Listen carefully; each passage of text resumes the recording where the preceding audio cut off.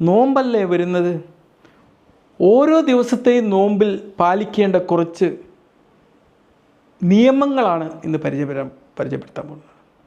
ദിനേന follow ചെയ്യേണ്ട safety റൂൾസാണിത്.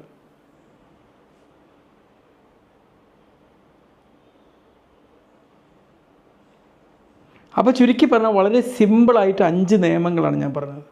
ഒരു കാരണവശാലും ഇതിൽ ഒരു വിട്ടുവീഴ്ച ഉണ്ടാവാൻ പാടില്ല. ഒന്നാമത്തെ കാര്യം, റൂൾ നമ്പർ 1, ഒരു കാരണവശാലും സുഹൂർ മിസ് ചെയ്യാൻ പാടില്ല.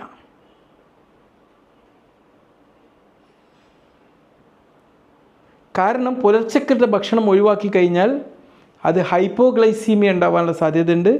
നിർജ്ജലീകരണം, ഹൈപ്പോഗ്ലൈസീമിയ എന്ന് പറഞ്ഞാൽ രക്തത്തിൽ ഷുഗറിൻ്റെ അളവ് പറ്റ കുറഞ്ഞു പോകുന്നൊരു സാഹചര്യം.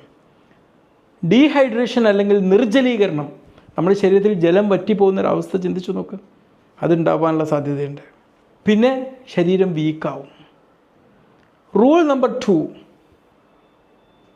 നമ്മൾ വളരെ സമാധാനത്തോടെയും സ്ലോ ആയിട്ട് നോമ്പ് ബ്രേക്ക് ചെയ്യാം. കുറച്ച് വെള്ളം എടുത്തിട്ട് സാവധാനം കുടിച്ചിട്ട് തുടങ്ങാം. ഷുഗർ അടങ്ങിയ പാനീയങ്ങളും മറ്റും അതുപോലെ തന്നെ എണ്ണക്കടികളും മറ്റും ഓവറായിട്ട് ഇങ്ങനെ കഴിച്ചുകൊണ്ടിരിക്കുന്നത് ഒഴിവാക്കുക.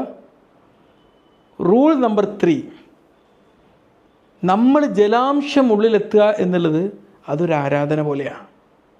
കാരണം നമ്മുടെ ശരീരത്തിൽ നല്ലൊരു ശതമാനം ജലമാണ്. നമ്മൾ ഇഫ്താറിനും നോമ്പ് സുഹൂറിനുമിടയിൽ ധാരാളം വെള്ളം കുടിച്ചു എന്നുള്ളത് ഒരു ആരാധന പോലെ തന്നെ ആ ഒരു കർമ്മം നിർവഹിക്കണം. നമ്മുടെ ശരീരത്തിന് ആവശ്യമുള്ള ഏറ്റവും ഇമ്പോർട്ടൻ്റ് ആയിട്ടുള്ള ഒരു മെഡിക്കൽ നെസസിറ്റി എന്താണ്? അത് ഉറക്കമാണ്. കാരണം ഉറക്കം കുറഞ്ഞു കഴിഞ്ഞാൽ അത് നമ്മുടെ ഷുഗർ നിയന്ത്രണത്തെ താറുമാറാക്കും, നമ്മുടെ ബ്ലഡ് പ്രഷർ അപകടത്തിലാക്കും, നമ്മുടെ മാനസികാരോഗ്യം തകർത്ത് കളയും. റൂൾ നമ്പർ 5 എന്താണ്?